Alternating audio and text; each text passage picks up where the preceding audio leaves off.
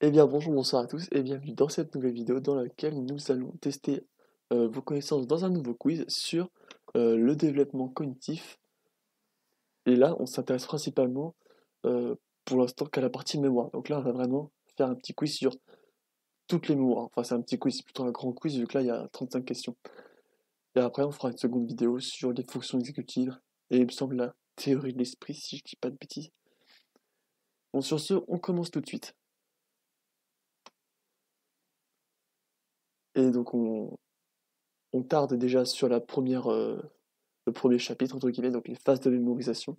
Quelles sont les trois phases de la mémorisation? Et donc là, j'ai pas pris mon téléphone pour mesurer les 5 secondes. Donc on va faire à la louche, quoi. Donc la mémorisation se passe en trois phases successives, l'encodage, le stockage et la récupération. Ensuite, comment se nomment les deux types de représentation distingués par Brenner et collaborateurs en 1990, sur laquelle l'enfant focalise le plus d'attention?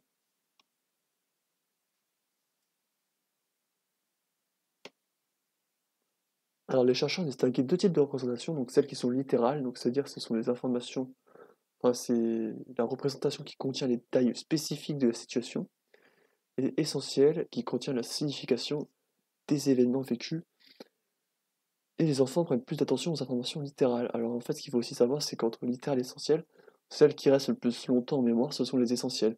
Les littérales ont tendance à un peu se disperser avec le temps.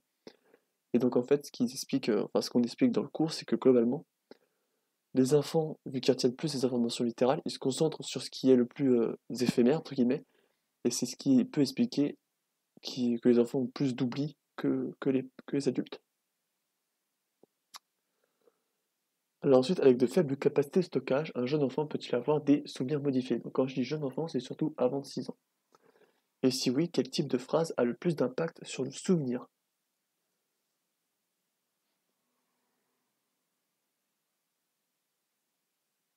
Alors surtout avant 6 ans, les souvenirs peuvent être modifiés plus ou moins facilement.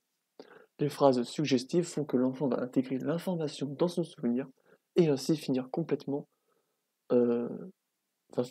par le modifier. Donc là, je me suis rendu compte que j'avais un peu une erreur dans ma phrase, mais c'est pas grave. Donc globalement, dire des phrases suggestives euh, du type, je sais pas, par exemple, il t'a bien frappé, on est d'accord là-dessus. Typiquement, ça risque de modifier le souvenir pour un jeune enfant. Et donc finalement, il risque de croire que oui, ça s'est vraiment passé, alors que non. Donc le type de question, donc une question globale et spécifique, peut-il influencer la récupération du souvenir de l'enfant?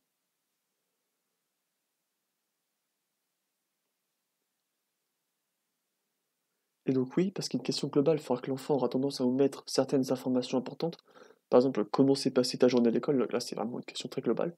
Alors qu'une question plus spécifique peut permettre d'accéder à plus de détails. Donc par exemple, si on demande à l'enfant ce qu'il a dessiné aujourd'hui, ou peut-être d'autres exemples un peu mieux que ça.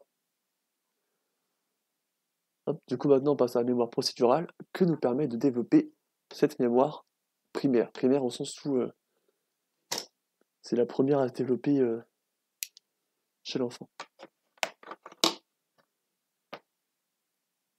Alors cette mémoire nous permet de développer nos compétences, nos savoir-faire, donc on peut citer des exemples comme conduire une voiture, ou alors j'avais aussi dit résoudre une équation, mais maintenant je suis plus très sûr parce que je suis pas sûr que ça rentre en compte, mais en tout cas, conduire une voiture c'est un très bel exemple. Ou par exemple aussi la maîtrise de certains jeux vidéo. Hop. Ensuite, quelles informations stocke cette mémoire et quelles sont les particularités de sa récupération?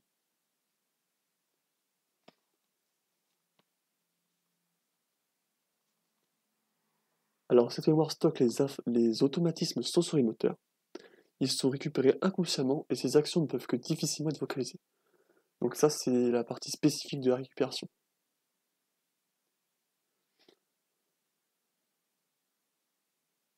Ensuite, en quoi consiste l'expérience de Rovi-Collier? Donc c'est là, on l'avait vu aussi en L2. Alors cette expérience nous permet d'observer la présence de cette mémoire dès les premiers mois de la vie, avec un ruban qui lie le pied d'un bébé à un mobile. Donc là, typiquement, le bébé apprend en fait à remuer le pied pour venir au-dessus de sa tête, venir remuer le mobile. Jusqu'à quand cette mémoire se développe-t-elle?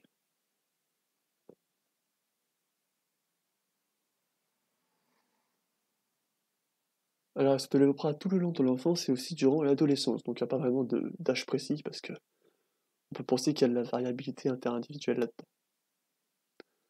On passe à la mémoire sémantique et d'ailleurs, que stocke cette mémoire? Dans quel développement est-elle étroitement liée?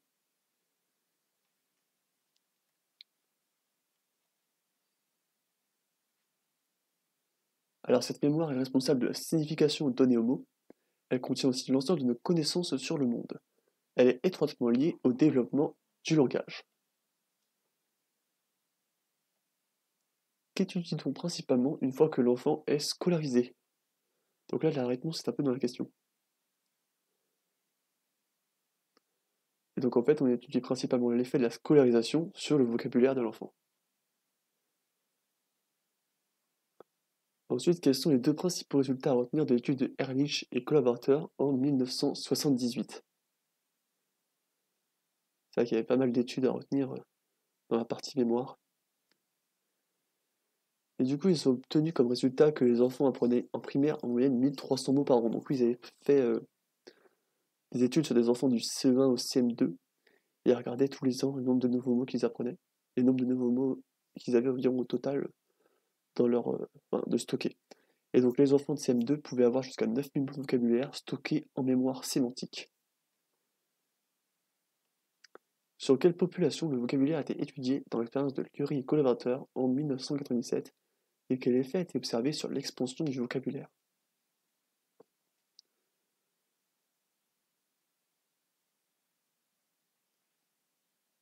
Alors ils ont étudié le vocabulaire sur des collégiens qu'ils ont suivis de la sixième à la troisième. Donc il y avait 8 classes il me semble.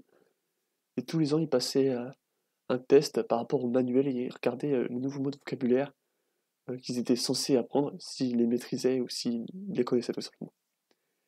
Et ils ont observé un écart qui se creusait entre les élèves avec les plus grandes et ceux avec les plus faibles quantités de vocabulaire stockées.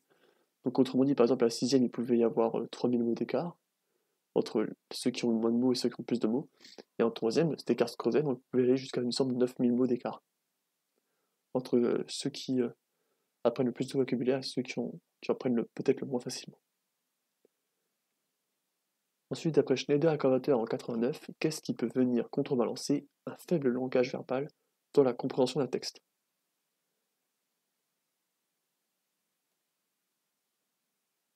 Alors là, c'était une expérience où en fait c'était des textes sur le foot, et puis on prenait des enfants avec des niveaux de langage faibles ou élevés, qui étaient novices ou non en foot, donc ça faisait deviner.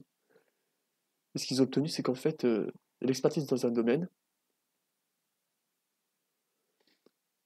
peut venir contrebalancer une faiblesse. Donc là, comme le langage verbal, au sens où ils comprenaient mieux le texte, les élèves, enfin les enfants qui étaient experts dans le domaine du foot, entre guillemets, comparé à ceux qui étaient novices. Donc on voit que voilà, l'expertise dans un domaine peut venir contrebalancer une faiblesse. Donc notamment un faible langage verbal. Donc ensuite on passe à la mémoire épisodique. De quel souvenir la mémoire épisodique est-elle responsable?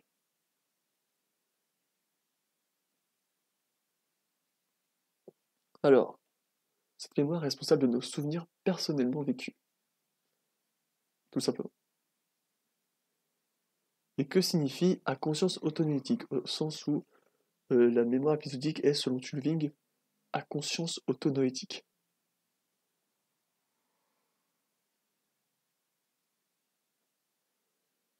Alors, une mémoire à conscience autonoétique signifie que nous pouvons consciemment revivre le souvenir en y incluant le contexte spatio-temporel. Donc c'est tout le contraire de la mémoire procédurale qui est dite anoétique, car en fait on ne peut pas se souvenir du moment où on a appris le geste, et en fait c'est inconsciemment que le souvenir revient au travers des actions notamment. Et on a aussi la mémoire sémantique qui est dite à conscience noétique, au sens où on ne se souvient pas non plus à quel moment précis, enfin on a conscience qu'on sait la chose, mais on ne se souvient pas à quel moment on a appris par exemple que la Terre n'était pas plate. Donc ensuite, quand cette mémoire se développe-t-elle?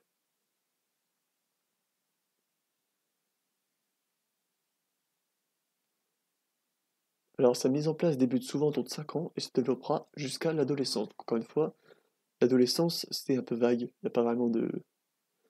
certainement à cause de la variabilité interindividuelle, encore une fois. Et pour quelle raison la mémoire épisodique est la plus lente et la plus tardive à se développer?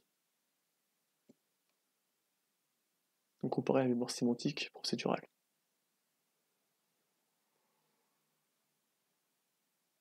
Alors cela est dû à une maturation lente des processus de récupération, donc pour récupérer l'information, ainsi que du développement des connaissances sémantiques pour mieux décrire ce qui s'est passé.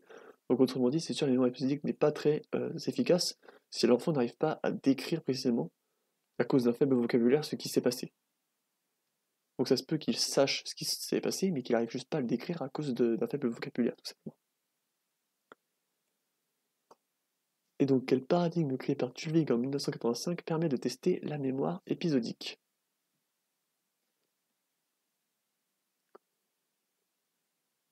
Alors il s'agit du paradigme Remember Now, qui est utilisé pour la mémoire épisodique. L'individu doit reconnaître une liste de mots présentés ainsi que le moment où l'encodage s'est déroulé. Et donc pour les enfants de moins de 6 ans, les enfants ont la part Remember, au sens où ils se souviennent qu'ils ont appris la liste, mais par contre ils ne sont pas capables de dire quand. Donc il y a juste le sentiment de familiarité, sans pour autant qu'ils sachent dire à quel moment précis, donc sans pour autant y mettre le contexte spatio-temporel de à quel moment ils ont appris cette liste. On passe maintenant à la mémoire autobiographique. Quelles sont les deux composantes responsables de la mémoire autobiographique? Autrement dit, sans ces composantes, cette mémoire n'existerait pas. Alors les deux composantes de la mémoire autobiographique sont la mémoire épisodique et la mémoire sémantique. Donc ces deux-là permettent de créer la mémoire autobiographique. Quel paradigme est principalement utilisé pour tester la mémoire autobiographique?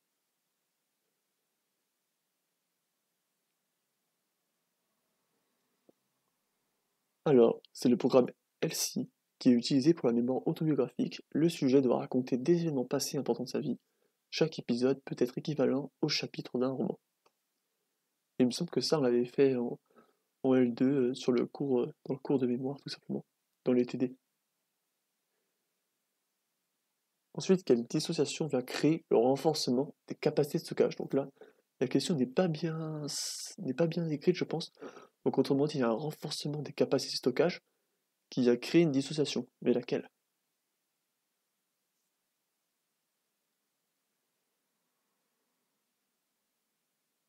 Alors le renforcement du stockage vient créer une dissociation de plus en plus nette entre l'imaginaire et le réel. Elle se développe jusqu'à 10 ans. Donc c'est ce qui va permettre à l'enfant en fait de savoir, enfin de ne pas être dans un état de confusion et de savoir ce qui s'est réellement passé et ce qui est de l'ordre de l'imaginaire en fait.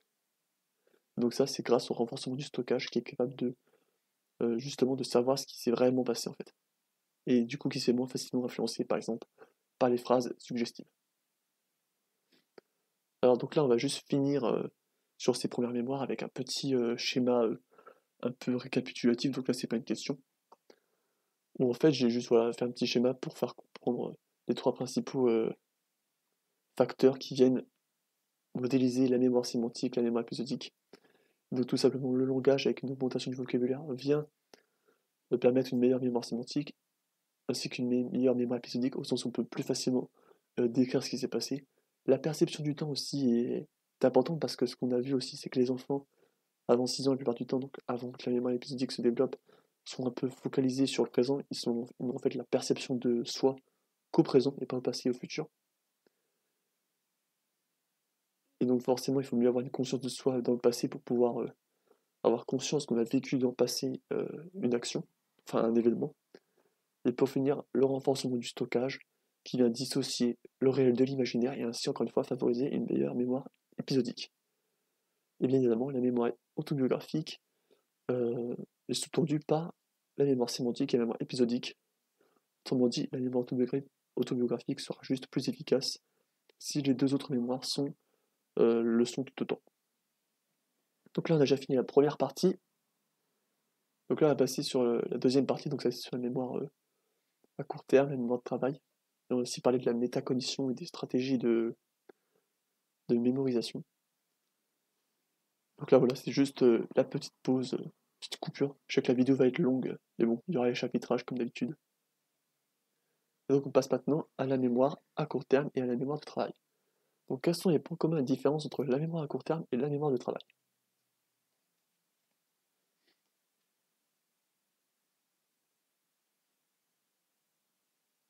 Alors la mémoire à court terme est la capacité d'un individu de conserver sur une faible durée un nombre limité d'informations. La différence maintenant, c'est que pour la mémoire à court terme, c'est que ces informations sont conservées dans un stockage passif, alors que pour la mémoire de travail, le stockage est actif car des opérations mentales ont lieu sur les informations stockées. Donc la mémoire de travail s'applique aussi lorsqu'il y a une tâche distractrice. Donc là, il faut bien différencier ces deux mémoires par en fait ce qu'on fait de ces informations. Est-ce qu'on les stocke passivement ou est-ce qu'on fait une action sur elles? Si on fait une action sur elles, c'est une mémoire de travail. Ou s'il y a une tâche distractrice aussi. Ensuite, quel modèle est le plus utilisé aujourd'hui dans l'étude de la mémoire de travail? Ça, on l'avait vu en L2. Alors c'est le modèle de Baddeley en 2000 qui est le modèle le plus utilisé pour étudier les mémoires de travail. Donc je rappelle, c'est avec la boucle phonologique, le capteur spatial, le buffer épisodique, et au-dessus, l'administrateur central, qui permet de faire les opérations, oui, diverses opérations sur les informations stockées. Comment les chercheurs expliquent-ils l'évolution de la mémoire à court terme, donc de 3 à 11 ans pour le visuel et de 3 à 13 ans pour le verbal?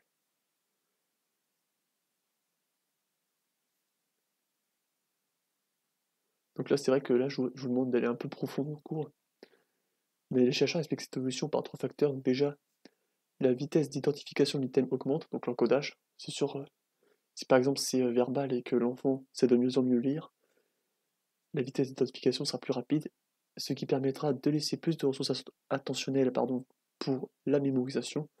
Et on a aussi la boucle phonologique qui devient de plus en plus efficace, permettant un meilleur rafraîchissement de l'information à côté, et donc de diminuer la probabilité d'oubli.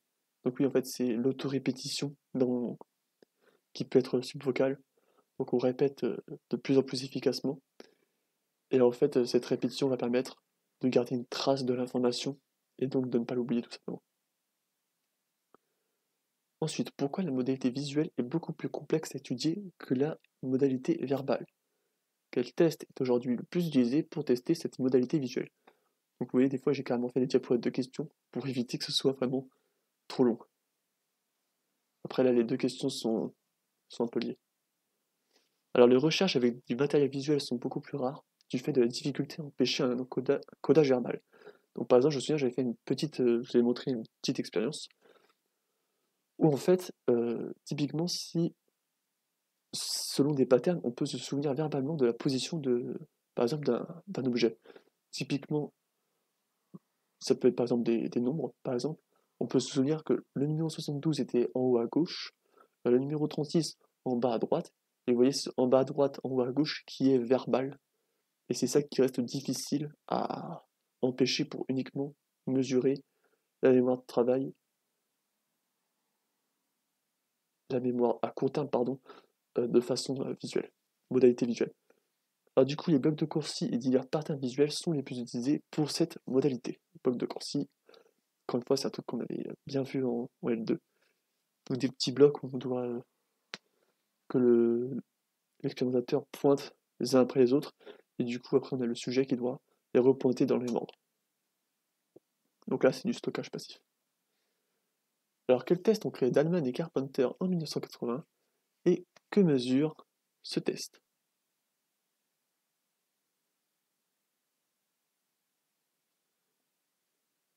Alors, ils ont créé le Reading Span Test, et donc il permet de mesurer la mémoire de travail pour les enfants avec une lecture automatisée, donc c'est-à-dire pas avant l'âge de 8 ans. Donc le Reading Span Test, l'enfant doit lire des lignes, enfin doit lire différentes phrases qui ne sont pas liées entre elles et retenir à chaque fois le dernier mot de la phrase. Voilà. Donc là en fait il y a une tâche illustratrice qui est la lecture, qui fait que c'est la mémoire de travail. Et pour en fait justement les enfants qui ont moins de 8 ans, ils ont aussi créé le Listening Span Test, donc une version auditive, où là c'est pareil, ils doivent retenir les phrases, enfin ils doivent écouter les phrases et se souvenir du dernier mot de chaque phrase.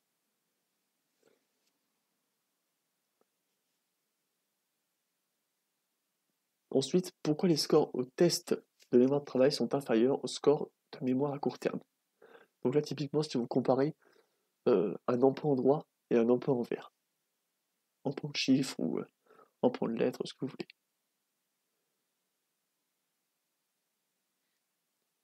Alors, les scores en mémoire de travail sont logiquement moins bons que pour un emploi de chiffres classique, car l'activité, ou plutôt en droit, car l'activité concurrente vient réduire les ressources attentionnelles, ce qui limite le rafraîchissement de l'information, autrement dit, la boucle phonologique est un peu moins efficace, et donc limite la trace du mot. Donc en fait, il y a un ralentissement par l'activité concurrente qui vient venir diminuer l'efficacité de mémorisation, tout simplement. D'encodage, notamment. Enfin, non, là, c'est le stockage, pardon. J'ai dit une bêtise, c'est le stockage ici, qui est du coup moins efficace. Dans quelle période se développe la mémoire de travail? Donc, encore une fois, là, c'est un intervalle d'âge, tout simplement.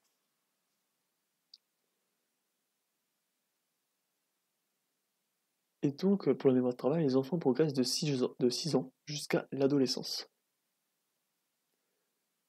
Comment explique-t-on aujourd'hui cette différence de développement entre ces deux mémoires? Donc, je rappelle, mémoire à court terme, c'est de 3 à 11-13 ans, alors que la mémoire de travail, c'est plus de 6 ans jusqu'à parfois la fin de l'adolescence, il me semble.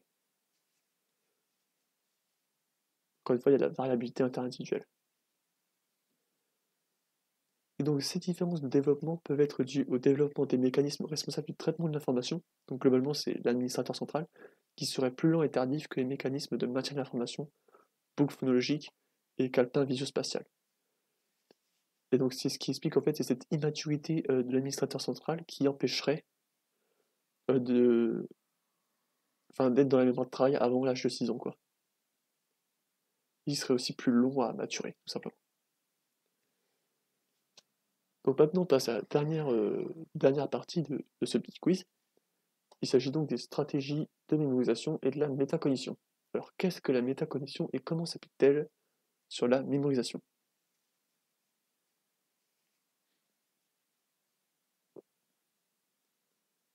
Alors, la métacognition est la capacité pour un individu de se rendre compte de ses performances cognitives. Pour la mémoire, la métacognition permet à l'enfant de connaître ses forces et ses faiblesses pour ainsi essayer de pallier ses difficultés et augmenter ses performances mnésiques. Je raconte que CES et SES, CC, en fait c'était SES pour les deux. Une bonne métacognition permet une meilleure utilisation de diverses stratégies de mémorisation. Et d'ailleurs, quelles sont les deux principales stratégies de mémorisation utilisées par les enfants?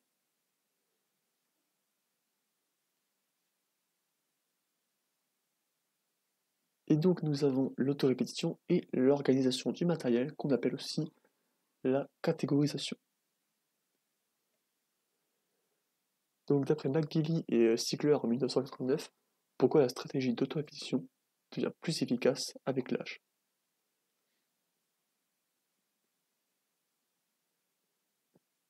Donc là ils avaient comparé des, euh, des groupes d'âge différents pour retenir, il me semble, 3 à 5 chiffres dans un emploi de chiffres en droit, tout simplement. Et en fait, ce qui se passe, euh, je crois que je me suis peut-être trompé d'expérience pour ce que je viens de dire là sur l'emploi de chiffres, je me suis peut-être trompé. Enfin, oubliez ce que je viens de dire sur le truc avec les chiffres. Donc cette stratégie devient plus efficace avec l'âge, avec le passage d'une répétition d'item par item vers une répétition de la liste complète. Donc typiquement, quand on est un peu plus jeune, donc souvent c'est aux alentours de 6 ans, on va répéter item par item, par exemple une liste de courses. Donc on va dire tomate, tomate, tomate, céleri, céleri, céleri, céleri. Alors qu'en fait, cette stratégie va faire qu'on va oublier les premiers mots. Alors que si on fait une répétition de la liste complète, donc tomate, céleri, chou-fleur, tomate, céleri, chou-fleur, tomate, céleri, chou-fleur, là on va réussir à retenir la liste complète. Bon, après là c'était une liste que de 3 mots, donc c'est plutôt simple à retenir. Peut-être pas pour un enfant de 6 ans. Donc d'après Sodian et Schneider, en 97, à partir de quel âge la catégorisation permet-elle de meilleures performances mnésiques?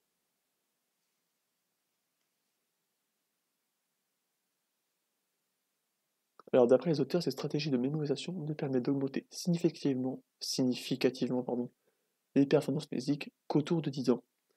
Alors en fait, ce qu'il faut savoir, c'est que ces stratégies la catégorisation, elle est utilisée mais involontairement par les enfants dès l'âge préscolaire, donc c'est-à-dire avant 6 ans, quoi. Mais c'est involontaire par association. Par exemple, il y avait pain et beurre qui avait été donné dans l'exemple. Et en fait, avec l'âge, on va prendre de plus en plus conscience, grâce à la métacognition, que cette stratégie est efficace, et donc on va l'utiliser avec de plus en plus d'intérêt, de plus en plus, on va de mieux en mieux l'utiliser, autrement dit. Donc ensuite, d'après Fayol et Gaonak en 2007, quelles connaissances des enfants montrent un développement de la métacognition? Donc, quelles connaissances ont les enfants, autrement dit, sur la mémoire un peu globalement? Et donc en fait, ils ont repéré 3 idées. Donc les connaissances sur la mémoire augmentent avec l'âge. Donc typiquement, ils savent, en comparant autorépétition et catégorisation, quelle stratégie sera la plus efficace pour mémoriser. Donc à 7 ans, typiquement, ils ne savent pas trop, alors qu'à 9 ans, ils savent très clairement que la catégorisation sera plus efficace pour mémoriser. Et les connaissances sur les caractéristiques personnelles de la mémoire augmentent avec l'âge. Donc en fait, on voit ces capacités de façon pluraliste, donc on sait typiquement que ça va être compliqué de retenir une liste de 20 mots, par exemple. Alors qu'une liste de 5 mots, ça, on peut y arriver plutôt simplement. Alors pour finir, on a les connaissances sur les tâches de mémorisation qui deviennent plus précises, donc typiquement, donc encore une fois, c'était 7 versus 9 ans, il me semble.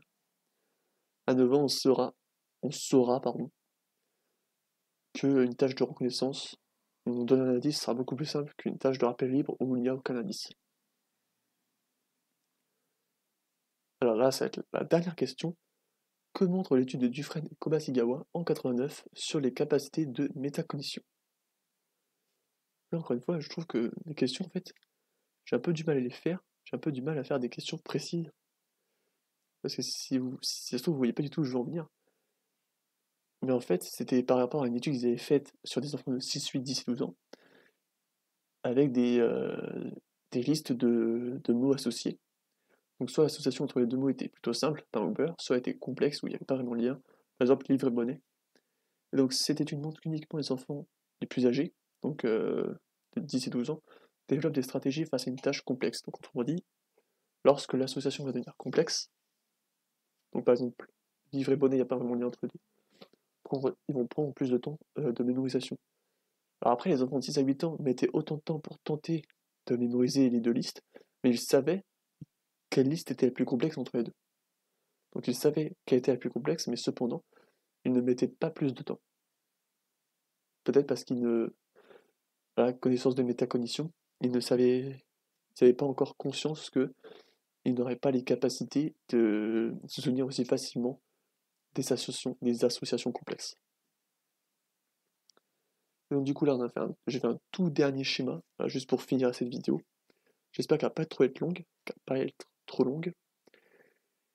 Et du coup c'est tout simplement un petit résumé de la métacognition. Donc en fait la métacognition, c'est tout simplement une augmentation des connaissances, notamment sur la mémoire, mais des performances cognitives de l'enfant sur ses propres performances, autrement dit. Donc typiquement comme on avait dit avec, je sais plus comment il s'appelle. Je me suis perdu. C'était Fayol et Gaonak. Donc typiquement les connaissances sur la mémoire, les connaissances sur les caractéristiques personnelles de la mémoire, et les connaissances sur les tâches de mémorisation. Donc ça fait que l'enfant saura que, par exemple, entre deux tâches, laquelle sera plus complexe. Ce qui va permettre en fait, par exemple, de mettre plus de temps, et donc d'utiliser de meilleures stratégies, donc par exemple la catégorisation. Et voilà, c'est tout pour cette vidéo, j'espère qu'elle vous sera utile, qu'elle vous sera, pas confondre les verbes savoir et être, ça c'est un truc que je fais un peu souvent. Et bien sur ce, je vous dis à bientôt pour une prochaine vidéo.